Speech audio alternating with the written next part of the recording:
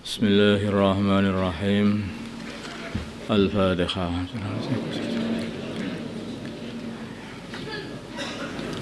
Fathul Masail Senin 7 Dzulqa'dah 1441 Hijriah 29 Juni 2020 Masehi. Masalah iqamah untuk orang yang sholat sendiri. Ini bagaimana hukum iqamah untuk orang yang sholat sendirian? Jawab, iqamah untuk orang yang sholat sendirian masih tetap disunnahkan. Ya iqamah sendiri, ya sholat sendiri. Dua, masalah membawa anak belum mumayyiz. Waktu sholat jamaah. Bagaimana hukum membawa anak yang belum mumayyiz, masih kecil sekali, ke masjid ketika sholat berjamaah?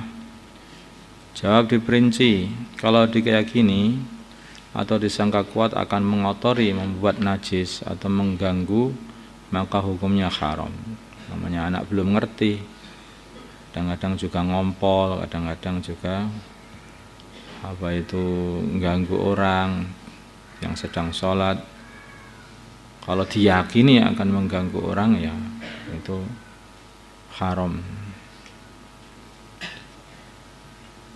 Yang kedua adalah kalau ada hajat seperti untuk mengajari supaya anak terbiasa ke masjid, dan memang anak ini sudah dibiasakan untuk kebersihan, tidak mengotori dan mengganggu, maka boleh saja dan tidak makruh. Boleh saja. Kalau tidak ada hajat dan tidak bisa dikendalikan, maka adalah makruh. Sebaiknya sebetulnya itu ya menaruhnya anak itu harus berdekatan dengan orang dewasa. Nah, anak kecil kalau kumpul sama orang dewasa itu biasanya juga diem. Tapi kalau kumpul sama-sama anak kecil itu main. Ya begitu caranya. Pokoknya harus direnggang-renggangkan, jangan sampai dikumpulkan, baiknya gitu. Jari telunjuk kanan terpotong, mengangkat jari telunjuk kiri ketika tasyahud.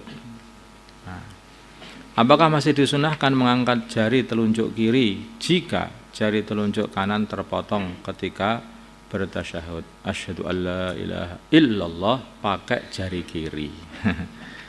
Itu angkat tangan pakai jari kiri. Ini jawab tidak disunahkan, bahkan makruh, karena berisyarah dengan tauhid dengan tangan kiri, makanya tidak disunahkan yang seperti ini. Bahkan dimakruhkan. Ya kalau memang sudah enggak ada yang kanan, ya sudah.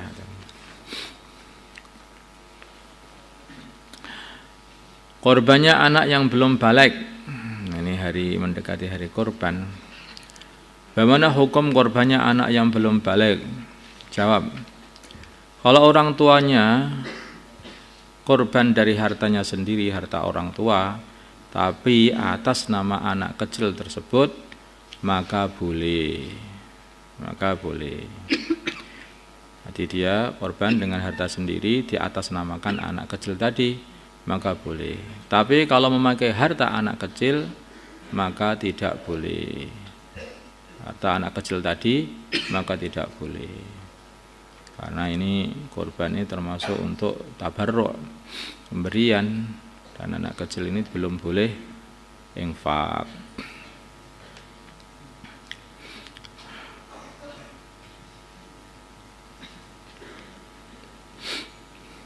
Untuk tabarruk. Panitia menjual kulit hewan kurban. Bagaimana hukum panitia kurban menjual kulit kurban? Jawab, pendapat yang muktamad perbuatan ini adalah tidak boleh, tidak diperbolehkan. Bagaimana kalau panitia tersebut hanya sebagai wakil dari fakir miskin untuk menjualkan? Yang ini boleh. Jadi dikarenakan ini dianggap tidak bolehnya dianggap ini, jadi maksudnya itu panitia kurban itu menjual kulit kurban ini, wong harusnya kulit semua kurban ini diberikan, lah kok sebagian masih ada yang dijual, itu bagaimana nanti? Nanti kambingnya sampai di akhirat tanpa kulit. Kurang itu. Kalau yang dijual kepalanya, ambil tanpa kepala nanti. Makanya itulah tidak boleh. Lah caranya bagaimana? Itu diberikan kepada fakir miskin, ya ta? Diberikan itu kulit-kulit itu diberikan kepada fakir miskin. Kemudian panitia itu membantu fakir miskin untuk menjualkannya. Jadi sudah ditamlik kepada para fakir miskin itu. Diberikan, sudah dimiliki, kemudian oleh semuanya fakir miskin, udah ini jualkan saja, aku pengen menerima duitnya ini, jualkan. Jadi fakir miskin yang mewakilkan penjualannya kepada panitia, yang itu boleh. Itu harus diberikan. Kalau itu sudah diberikan, jadi bukan apa itu bagian daripada kurban dijual, tidak, tapi memang sudah diberikan kepada fakir miskin. Baru fakir miskinnya yang menjual, hanya jualnya wakil kepada panitia.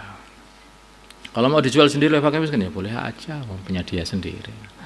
Allahumma shalli ala sayyidina Muhammad wa ala sayyidina Muhammad wa sallallahu alaihi wa ala sayyidina Ibrahim wa ala ali sayyidina Ibrahim wa barik ala sayyidina Muhammad wa ala sayyidina Muhammad wa barik ala sayyidina Ibrahim wa ala ali sayyidina Ibrahim fil alamin innaka Hamidum Majid. Allahumma arham sayyidina Muhammad, Allahumma ighfir li sayyidina Muhammad, Allahumma aslih sayyidina Muhammad, Allahumma alif baina qulubi sayyidina Muhammad, Allahumma ansur sayyidina Muhammad, Allahumma asmi sultanan nasira. Sallallahu ala sayyidina Muhammadin nabiyil ummi wa ala alihi wasallam. Alhamdulillah.